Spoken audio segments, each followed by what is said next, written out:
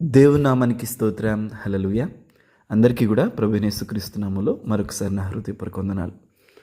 అందరూ బాగున్నారని, ఈ అనుదిన ఈ వాక్యముల ద్వారా మీరందరూ బలపడుతున్నారని నేను విశ్వసిస్తున్నాను. ఇంకా ఈ వాక్యాల్లో కొన్నిటిని నేను కవర్ చేస్తూ ఉన్నాను. ఇంకేదన్నా ఈ వాక్యం కూడా నాకు కావాలి అని మీకు ఎవరికైనా అనిపిస్తే ఆ వచనాన్ని మెసేజ్ చేయండి, లేదా నాకు యూట్యూబ్లో రిప్లై ఇవ్వండి. సో కామెంట్ చేస్తే నేను దాన్ని బట్టి ఆ వచనాన్ని కూడా మీకు ధ్యానించడానికి అవకాశం ఉంటుంది. ఈ దిన వాక్యంగా రోమపత్రిక 16వ అధ్యాయం 25వ వచనం. సమస్తమైన అన్ని జనులు విశ్వాసమునకు విధేయులగునట్లు అనాది నుండి రహస్యముగా ఉంచబడి ఇప్పుడు ప్రత్యక్షపరచబడిన మర్మము నిత్య దేవుని ఆజ్ఞ ప్రకారం ప్రవక్తల లేఖనముల ద్వారా వారికి తెలుపబడి ఉన్నది. ఆమేన్. హల్లెలూయా. అనాది నుండి రహస్యముగా ఉంచబడి ఇప్పుడు ప్రత్యక్షపరచబడిన మర్మం. ఇజ్రాయేల్ ఏమనుకునేవాళ్ళంటే, అబ్రహాము, ఇస్సాకు, యాకోబులు కాదు, తర్వాత వారి సంతానం ఇజ్రాయేల్కి పిలువబడ్డారు కదా, వాళ్ళు ఏమనుకునేవాళ్ళంటే మేము ఒక్కళ్ళమే దేవునికి ఇష్టం, మా ఒక్కళ్ళనే దేవుడు ఎన్నుకున్నాడు, మా ఒక్కళ్ళ కోసమే దేవుడు ఉన్నాడు అని వాళ్ళకి ఫీలింగు. ఆ ఫీలింగు అలానే ఉండిపోయేది. అయితే దేవుడేమీ అసలేం చెప్పకుండా ఉండల. ఆయా కాలాలలో ఆయా ప్రవక్తల ద్వారా వారి నోటి నుంచి యెషయా కానీ, దావీదు నోటి నుంచి కానీ, కొంతమంది ప్రవక్తల ద్వారా దేవుడు అన్యజనులను కూడా సమకూర్చుకుంటాడు అనే ప్రవచనాలు బయలుపరిచారు. కానీ వాళ్ళకి అవి అర్థం కాకపోవటం, ఇన్ ఎ సెన్స్ వాళ్ళకి బయలుపరచబడాల. అయితే ఎప్పుడు బయలుపరచబడింది అంటే, పౌలు గారు రక్షణ అనేది ఒక మర్మము, రక్షణ అనేదాన్ని దేవుడు దాచిపెట్టాడు, అది బయలుపరచలేదు. ఎందుకంటే సంఘం అనే దాని గురించి కానీ, రక్షణ గురించి కానీ ఈవెన్ సాతానికి కూడా తెలియదు, అసలు ఎవరికి తెలియదు అది అసలు.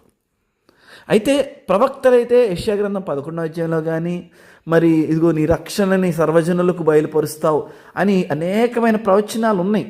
కానీ ఎలా వస్తుంది రక్షణ, ఏం చేస్తాడు దేవుడు, ఎలా అన్యజనులందరినీ తీసుకొచ్చి ఇక్కడ కలుపుతాడు అనేది అసలు అదొక మిస్టరీ. అంటే ఇప్పుడంటే మనకు బైబిలు అర్థమవుతుంది, కానీ దేవుడు విప్పి చూపించాడు కాబట్టి, ప్రవచనముల నెరవేర్పు క్రీస్తులో నెరవేర్చబడ్డాయి కాబట్టి మనకు అర్థమవుతుంది. కానీ ఇదంతా కూడా ఒక మిస్టరీ అన్నమాట. సాతానికే తెలియదు అది అసలు. నిజంగా ఒక విషయం చెప్పాలంటే, సాతానికి సంఘం అనేది ఒక మిస్టరీ. మొన్నటిదాకా ఏది, యేసు ప్రభు వారు సిమోను పేతురుతో అన్నాడు, ఇదిగో నీ మీద నా సంఘమును కడతానన్నాడు. అదంతా ఒక మిస్టరీ, అసలు అది అర్థం కాదు అది. అయితే దేవుడు ఏం చేశాడంటే ఈ కాలంలో దాన్ని బయలుపరిచాడు. ఇప్పుడు అపవాది టార్గెట్ ఏమైంది, సంఘం అయిపోయింది. ఎందుకని, సాతాన్ని ఆపగలిగేది ఈ భూమి మీద సంఘం.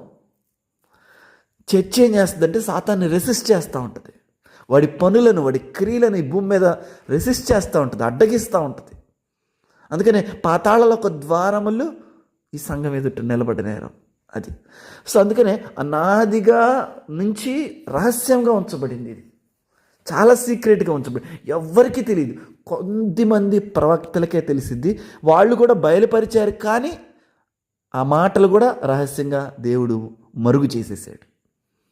హల్లెలూయా. అంటే ఒక విధంగా చెప్పాలంటే, ఈ వాక్యాన్ని వింటున్న మనందరం కూడా అన్యజనులమే కదా, ఇజ్రాయేల్ కాని వారందరూ అన్యజనులే. మనందరం కూడా రక్షించబడటం అనేది దేవుడు సీక్రెట్గా దేవుడు ప్రణాళిక చేశాడు. దేవుడు ఒక ఆలోచన చేసి ఆ ప్రణాళికను బట్టి మనందరినీ కూడా ఆయన రక్షించుకున్నాడు. క్రీస్తు ద్వారా, క్రీస్తు శిలువ రక్తము ద్వారా మనకు ఉచితమైన రక్షణ అనుగ్రహించాడు. హల్లెలూయా. దేవునికి స్తోత్రం.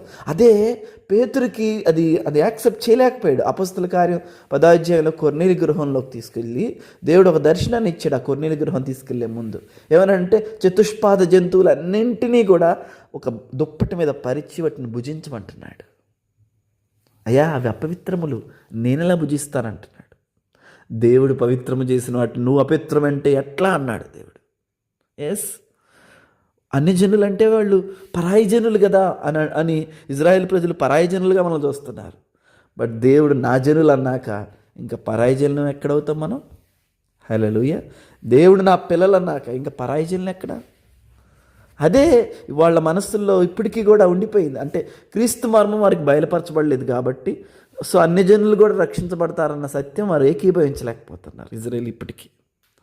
హల్లెలూయా. అంటే చూడండి, దేవుడు మనల్ని రక్షించడానికి ఎంత ప్రణాళిక చేశాడో, సంఘాన్ని స్థాపించి రక్షణను అనుగ్రహించి మనలందరినీ ఆయన స్వాస్థ్యంగా ఆయన బిడలుగా చేసుకొని, ఇదంతా కూడా ఒక మర్మం అంట. అనాది నుండి రహస్యముగా ఉంచబడి ఇప్పుడు ప్రత్యక్షపరచబడిన మర్మం. హల్లెలూయా, దేవునికి స్తోత్రం. సో వాక్యం అనేది ఏంటంటే మనం చదివే కొద్దీ అవి రివీల్ అవుతూ ఉంటాయండి. అందుకని మనం వాక్యం చదవాలి. మన ఆశీర్వాదాలు కూడా అందులో ఉన్నాయి.